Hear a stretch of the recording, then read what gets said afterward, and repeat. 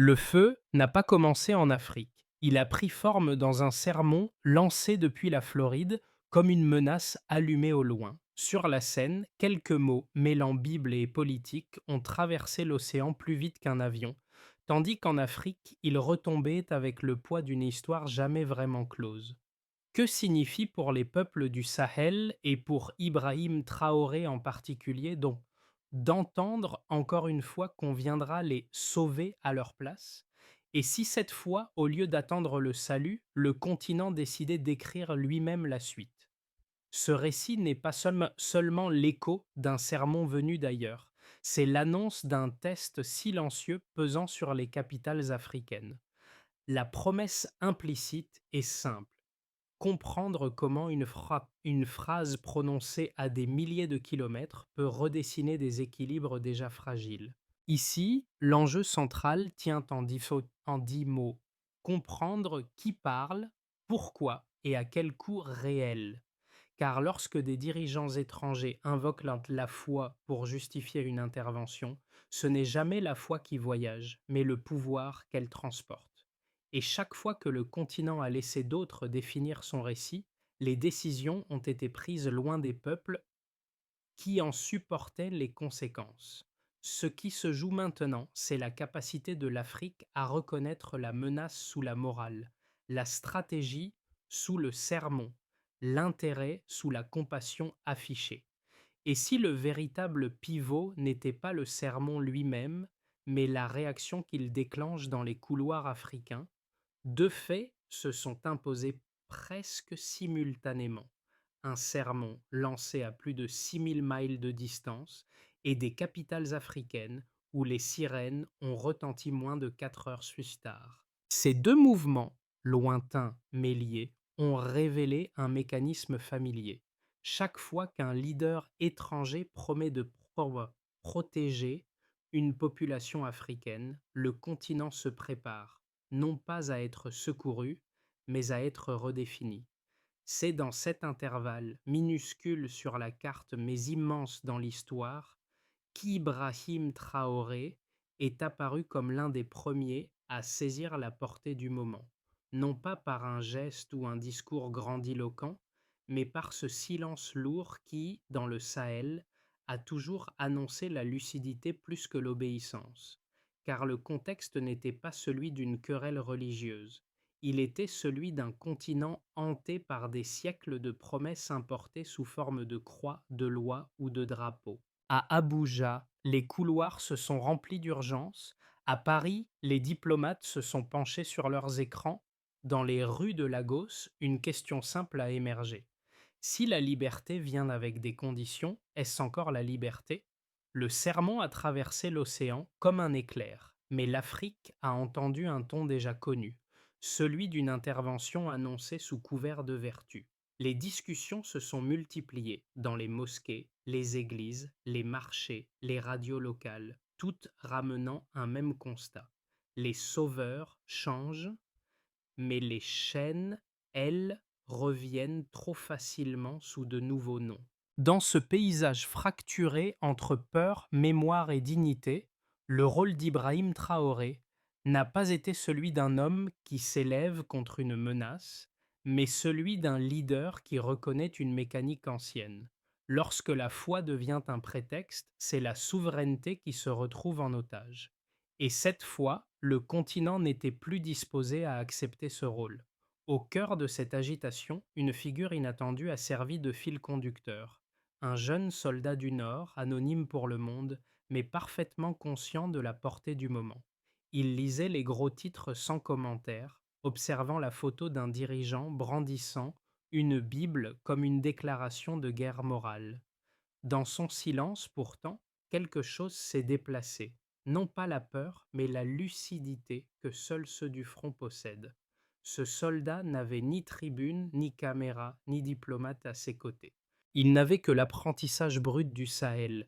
Comprendre qu'une phrase lancée depuis l'étranger peut brûler plus vite qu'une étincelle sur l'herbe sèche. Et c'est lui qui, le premier, a formulé l'intuition qui allait parcourir le continent.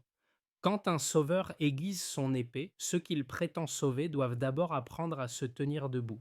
Ce simple constat, transmis discrètement dans une caserne balayée par le sable, a dépassé les murs délabrés avant même qu'il n'en prenne conscience. En quelques heures, il a inspiré d'autres voix, étudiants, enseignants, ouvriers, qui y ont vu la mise en mots d'un sentiment diffus, le besoin urgent de réapprendre la souveraineté avant que d'autres ne viennent la définir. Dans ce rôle de guide involontaire, ce jeune soldat n'a pas créé un mouvement, il l'a simplement nommé. Et ce nom a circulé comme une boussole dans la tourmente, rappelant que le premier acte de résistance n'est jamais la confrontation, mais la clarté. Parfois, l'histoire bascule grâce à ceux que personne ne regarde. Tout est parti d'une phrase, brève, jetée depuis une scène de Floride. Si le Nigeria ne peut pas protéger les chrétiens, nous utiliserons des armes rapides, vicieuses et douces. Une salle a applaudi, mais un continent, lui, s'est figé. Le Nigeria a compris immédiatement que ces mots n'étaient pas une promesse spirituelle, mais un protocole d'ingérence enveloppé de ferveur religieuse. Abuja s'est enfermé dans l'urgence. Paris a resserré ses réunions. Pékin a observé sans un souffle. À Ouagadougou, Ibrahim Traoré est resté immobile, comme si la scène ne l'étonnait plus. Ce n'était pas du choc, c'était la reconnaissance d'un schéma répété trop souvent.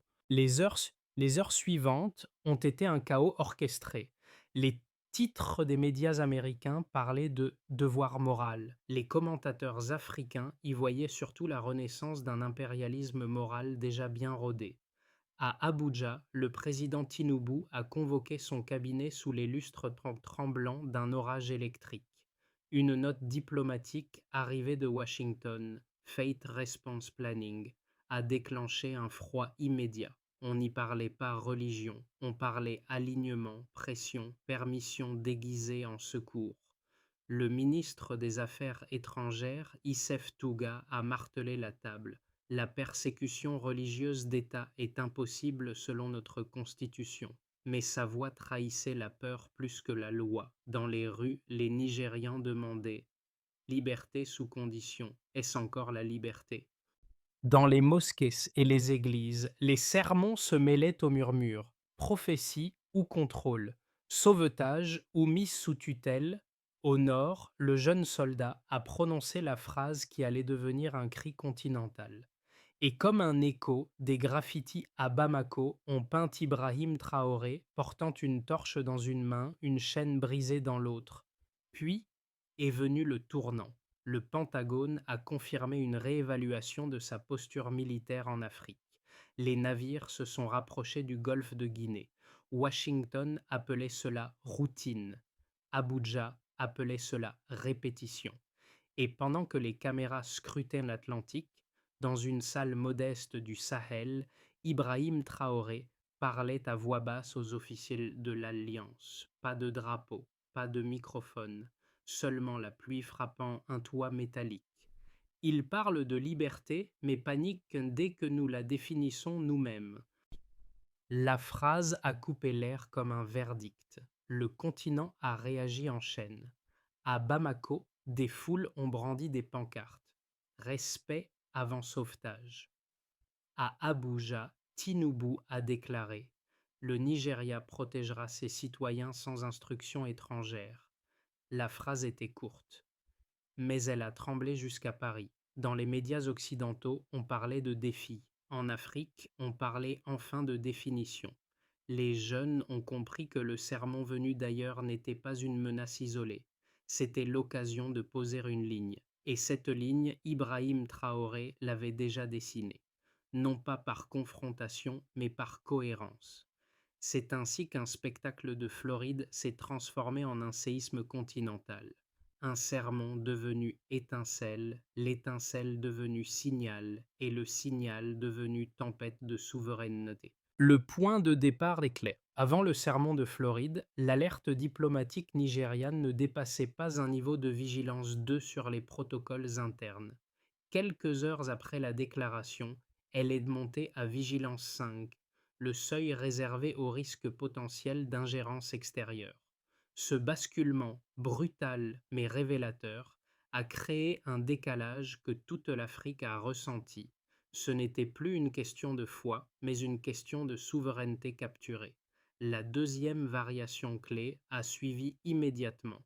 Dans les 24 heures, plus de 16 capitales africaines ont publié des communiqués, non pas pour condamner ou applaudir, mais pour clarifier d'un ton mesuré que toute intervention sous prétexte religieux serait considérée comme un précédent dangereux. Ce consensus rare a montré qu'un continent souvent fragmenté pouvait, face à ce type de discours, redevenir un bloc stratégique.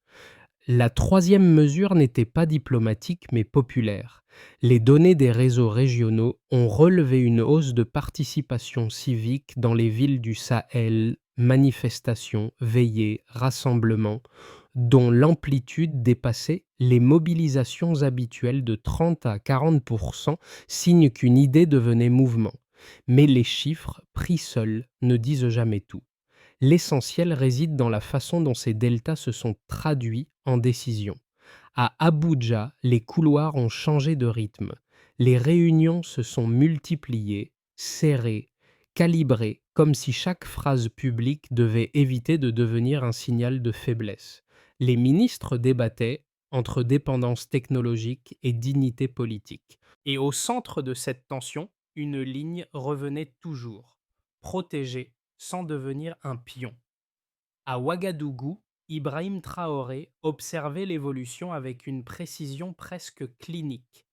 Pour lui, ces chiffres établis n'étaient pas seulement des indicateurs. Ils confirmaient un arc historique dans lequel chaque sermon venu de l'extérieur avait été l'amorce d'une perte de marge africaine. Les deltas, cette fois, montraient l'inverse: un continent capable de répondre avant d'être redéfini. Les analystes étrangers ont tenté d'interpréter ces signaux. À Washington, certains y voyaient une montée du populisme sécuritaire. À Paris, d'autres craignaient une recomposition des alliances. Dans les groupes de réflexion, des rapports parlaient d'un glissement symbolique. Mais sur le terrain, au Sahel, ces changements signifiaient quelque chose de plus simple: une prise de conscience massive que les mots peuvent précéder les mouvements militaires, les communiqués peuvent annoncer les pressions économiques, et qu'ignorer un sermon, c'est souvent accepter ce qui suit derrière. Les chiffres étaient donc les balises d'un virage. Ils montraient que le continent ne réagissait plus comme avant: moins de panique, plus de stratégie, moins de dispersion, plus de cohérence. Et si ces trois variations ont eu autant d'impact, c'est parce qu'elles ont donné de la matière à une conviction que beaucoup ressentaient déjà. Quand le monde parle au nom de l'Afrique, l'Afrique perd, mais quand elle parle d'une seule voix, même un sermon rugissant finit par se heurter à une muraille de lucidité. Deux visions se sont affrontées. Dès les premières heures, chacune portée par des arguments solides, presque irréfutables lorsqu'on les observe séparément. La première, défendue par certains cercles étrangers, affirmait qu'une intervention morale, motivée par la protection des chrétiens du Nigeria, relevait d'un devoir universel. Selon cette logique, un sermon prophétique pouvait devenir un cadre d'action: empêcher la persécution, soutenir la foi, maintenir un ordre présenté comme juste. Le discours, enveloppé de vertu, posait une équation simple: si un État africain faille, alors une puissance armée doit combler ce vide.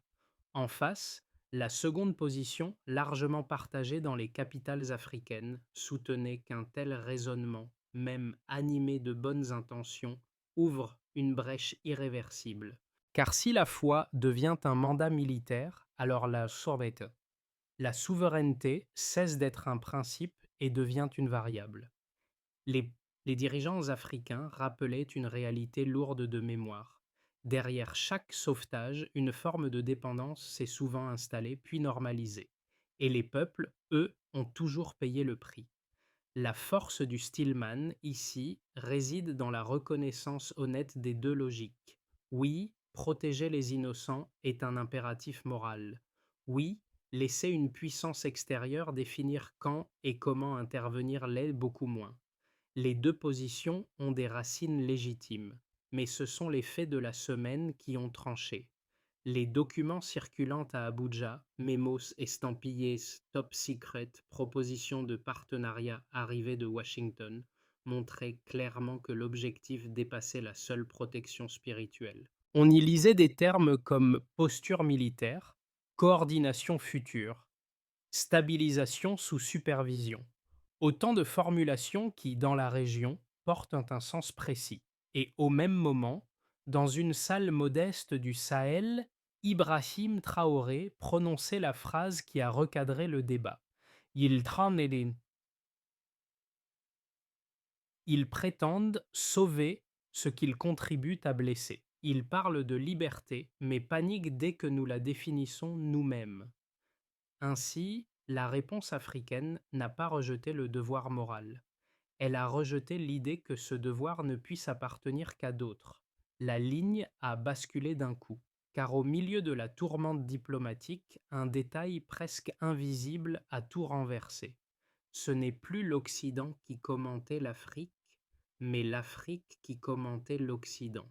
Une inversion rare, presque impossible dans les récits traditionnels, mais palpable dans chaque capitale du Sahel. Les analystes étrangers parlaient de agitation, alors que dans les rues de Bamako ou de Lagos, on parlait surtout de mémoire et de maturité.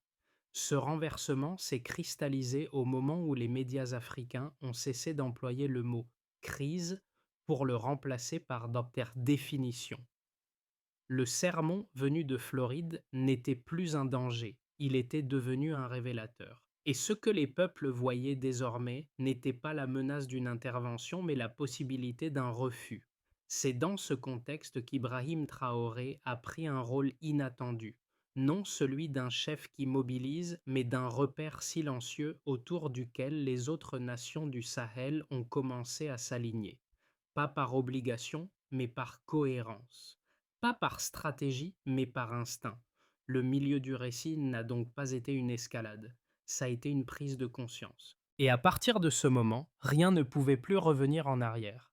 Les événements des jours suivants ont montré comment une déclaration apparemment banale pouvait en fait redéfinir les rapports de force dans toute une région. La réponse au sermon de Floride ne s'est pas fait attendre, mais elle n'a pas pris la forme de la rébellion, comme certains l'avaient craint. Ce n'était pas une révolution, mais un réajustement profond de l'équilibre régional. Un réajustement avec des répercussions pratiques immédiates. Les industries africaines ont ressenti un choc, mais aussi une opportunité. Face à la montée des tensions, plusieurs entreprises minières et de ressources naturelles ont réajusté leurs relations avec les acteurs occidentaux. Il ne s'agissait plus de se soumettre aux exigences extérieures sous couvert de partenariat. Il fallait désormais penser à l'indépendance stratégique. Les négociations pour de nouveaux contrats ont été suspendues et des discussions sur la réorientation vers des marchés asiatiques ont pris de l'ampleur. Le message était clair. L'Afrique devait commencer à protéger ses intérêts avant tout. Pour les populations urbaines des grandes villes du Sahel, ce fut une prise de conscience collective. En voyant Ibrahim Traoré devenir un symbole, les jeunes, en particulier, ont compris qu'ils n'étaient plus en position de faiblesse face aux forces extérieures. Des manifestations ont éclaté dans plusieurs régions, non pour contester un régime, mais pour revendiquer un droit fondamental, celui de redéfinir leur avenir sans ingérence.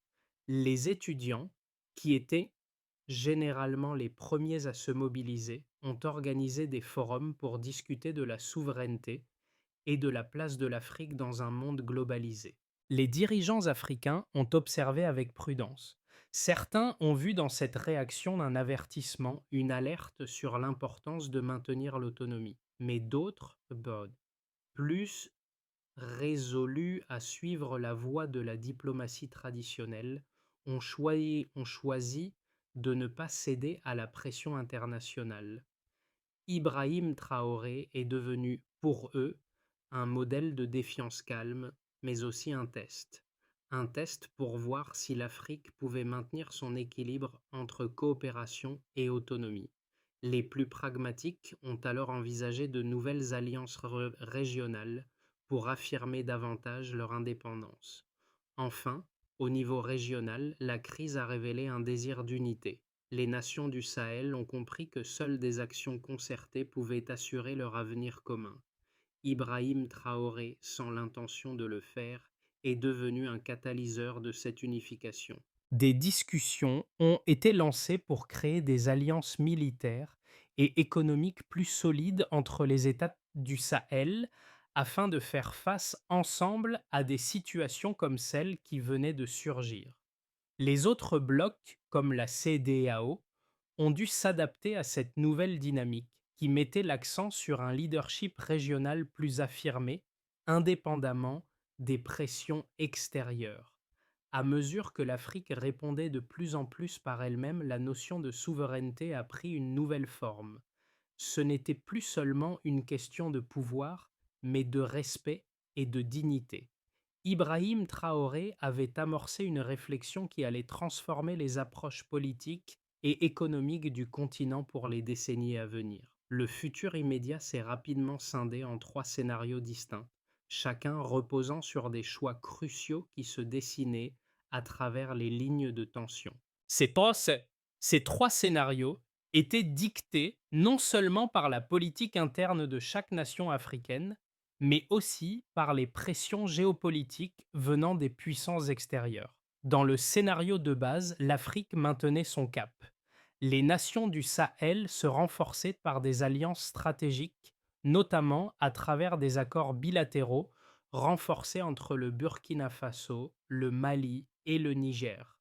Ce regroupement servait de base pour une diplomatie régionale plus indépendante, éloignant ainsi les pressions extérieures sans rompre les relations commerciales vitales avec l'Occident.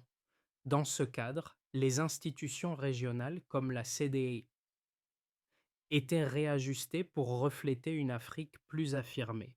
La relation avec la France, bien que tendue, restait pragmatique, permettant à l'Afrique de naviguer entre les intérêts européens et chinois. Ibrahim Traoré et ses alliés politiques constituaient une force stabilisatrice, bien qu'ils n'éradiquaient pas tous les défis internes. Le scénario optimiste voyait une Afrique redéfinie par l'unité régionale et l'affirmation de sa souveraineté. Un alignement plus solide s'opérait au sein de l'Afrique avec des projets communs en matière de sécurité et de développement économique. Le soutien populaire pour les actions de Traoré était grandissant et des réformes profondes étaient entamées pour réduire la dépendance de l'aide étrangère. Les pays du Sahel devenaient des acteurs clés dans les discussions globales, exigeant une révision des partenariats économiques. Les relations avec l'Occident devenaient moins dépendantes et le continent commençait à jouer un rôle clé dans la politique mondiale. Ibrahim Traoré émergeait comme une figure de proue dans cette ère nouvelle, et son modèle de gouvernance inspirait d'autres nations du continent à suivre une voie similaire. Le pire scénario envisageait une répression croissante au sein des régimes africains, notamment en raison de l'isolement économique croissant et des tensions militaires avec les anciennes puissances coloniales. Une crise de légitimité se serait installée dans les gouvernements africains, créant des fractures internes qui auraient entravé la mise en œuvre de réformes et s'exacerber l'instabilité. Dans ce contexte, des acteurs extérieurs, en particulier des puissances économiques comme la Chine et les États-Unis, pourraient intensifier leur implication dans la région en soutenant des régimes autoritaires pour stabiliser leurs propres intérêts. Ibrahim Traoré, bien qu'un symbole de la résistance africaine, risquait d'être marginalisé par des factions rivales internes cherchant à regagner du terrain face à l'influence étrangère. Ce triptyque de scénarios posait une question simple mais cruciale. Quel type d'avenir l'Afrique voulait-elle se donner? celui d'un continent fragmenté sous pression ou d'un bloc solidaire capable de redéfinir ses relations avec le monde tout en préservant ses intérêts? Le choix, à court terme, aurait un impact déterminant sur la trajectoire de la région pour les décennies à venir. Alors que le continent se réajustait, un phénomène intéressant a émergé parmi les jeunes générations. Ces dernières, souvent perçues comme moins impliquées dans les dynamiques politiques traditionnelles, ont commencé à réévaluer leur place dans cette nouvelle Afrique. Une Afrique qui, pour la première fois depuis des décennies, semblait en train de se parler d'une seule voix, sans chercher la permission de quiconque. C'est là que le rôle des leaders comme Ibrahim Traoré a pris toute son ampleur. Pour ce qui concerne les jeunes professionnels urbains, cette nouvelle donne à apporter une série de réflexions profondes sur la place de l'Afrique dans un monde globalisé. Les discussions sur la souveraineté et l'indépendance se sont propagées au-delà des cercles politiques pour toucher la sphère économique, notamment à travers l'entrepreneuriat. Traoré, avec son appel à la redéfinition des priorités continentales, a motivé beaucoup à remettre en question leurs choix économiques. Devrions-nous encore chercher des partenariats externes ou investir davantage dans l'indépendance locale? Pour ce qui touche aux militants sociaux et aux étudiants, cette période a renforcé le sentiment de solidarité régionale. Ibrahim Traoré n'était plus seulement un chef militaire. Il incarnait un symbole de la résistance contre les structures de pouvoir imposées de l'extérieur. Sa posture politique a inspiré des actions concrètes, des mouvements étudiants se sont formés pour organiser des débats publics sur l'autodétermination africaine, plaidant pour un contrôle local des ressources naturelles et des politiques économiques.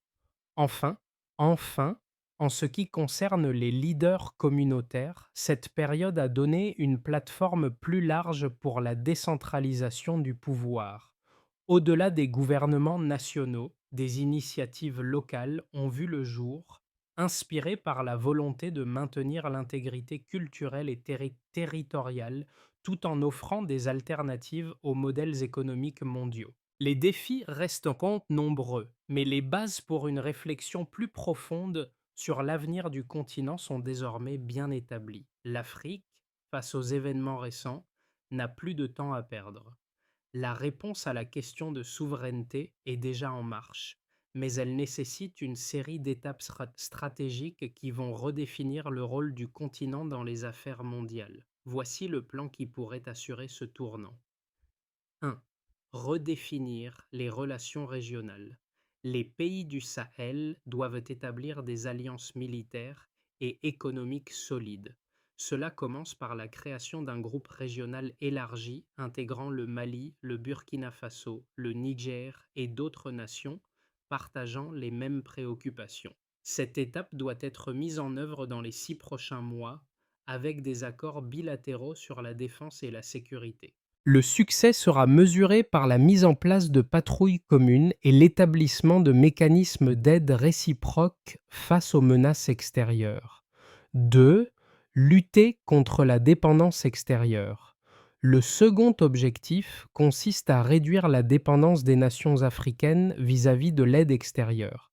Cela passe par une réévaluation des investissements étrangers, notamment en matière de ressources naturelles. En un an, les pays du Sahel doivent établir une nouvelle politique sur les investissements étrangers, centrée sur la transparence et la réciprocité. Le suivi se fera par l'adoption de législations régionales encadrant les contrats d'exploitation des ressources naturelles. 3. Renforcer la gouvernance interne. Les gouvernements africains doivent entamer une série de réformes structurelles pour renforcer leur légitimité en interne. Cela inclut une réforme de la gestion des ressources publiques et un meilleur contrôle des dépenses militaires. Les 12 prochains mois seront cruciaux pour amorcer ces changements. Le critère de réussite sera la mise en place de mécanismes de gouvernance transparents, notamment par des audits publics et la mise en place de comités de surveillance indépendants. 4. promouvoir l'éducation et l'autosuffisance intellectuelle. L'objectif est de redonner à l'Afrique son rôle de moteur intellectuel et politique sur la scène mondiale. Cela se traduira par des investissements massifs dans l'éducation scientifique, technologique et politique. Dès cette année, des bourses Borling seront créées pour les jeunes talents africains, en particulier dans les domaines de la géopolitique, de la sécurité et des relations internationales. Le succès sera mesuré par la publication d'au moins 100 thèses chaque année sur des sujets relatifs à la souveraineté et à la politique africaine. L'Afrique ne peut plus se permettre de rester passive. Ces étapes ne sont pas seulement des réformes, elles sont l'essence même de la reconstruction du leadership du continent. Le voyage de l'Afrique vers sa souveraineté retrouvée n'est pas une simple révolution, c'est une renaissance. Et cette renaissance ne viendra pas d'une guerre ou d'un affrontement, mais d'un silence lourd de sens, celui des peuples qui se lèvent non pour revendiquer ce qu'ils ont perdu, mais pour affirmer ce qu'ils n'ont jamais dû abandonner. Ibrahim Traoré, loin de se présenter comme un homme seul, incarne cette masse silencieuse, ce retour à la dignité. Il est celui qui regarde l'histoire, lève la tête et dit: Nous avons marché assez longtemps sous les ombres. Ce chemin n'est ni facile ni linéaire, mais chaque pas fait résonner une vérité de plus en plus forte. L'Afrique ne doit plus demander la permission de se défendre ni de se redéfinir. Elle le fait elle-même. Et à mesure que cette transformation s'opère, elle prend forme dans la mémoire collective, là où la dignité d'un continent ne se discute plus, mais se vit. Ibrahim Traoré, sans bruit, a allumé cette flamme, et maintenant qu'il ne reste plus qu'à la laisser grandir. L'Afrique a franchi un seuil important, mais le chemin reste à tracer. Ce n'est plus une question de si le continent prendra son destin en main, mais de comment il le fera. Les leaders comme Ibrahim Traoré ne sont que des symboles. Ce sont les peuples, les jeunes, les militants, ceux qui croient au pouvoir de l'autodéfinition, qui doivent prendre le relais. C'est à vous, à chacun de vous, de participer à cette transformation. Les discussions doivent dépasser les cercles restreints des dirigeants et des experts. Il est temps pour chaque voix africaine de se faire entendre. Comment allez-vous contribuer à cette redéfinition de l'avenir? Comment pouvez-vous, dans votre quotidien, soutenir cette vision de l'Afrique qui ne se contente pas d'être un spectateur, mais qui agit pour son propre avenir? Le changement commence par vous. Et chaque geste, chaque réflexion, chaque action compte. Rejoignez la conversation et soyez une partie de ce moment historique. Partagez vos idées, vos solutions, vos visions avec le monde. Le futur de l'Afrique se construit maintenant.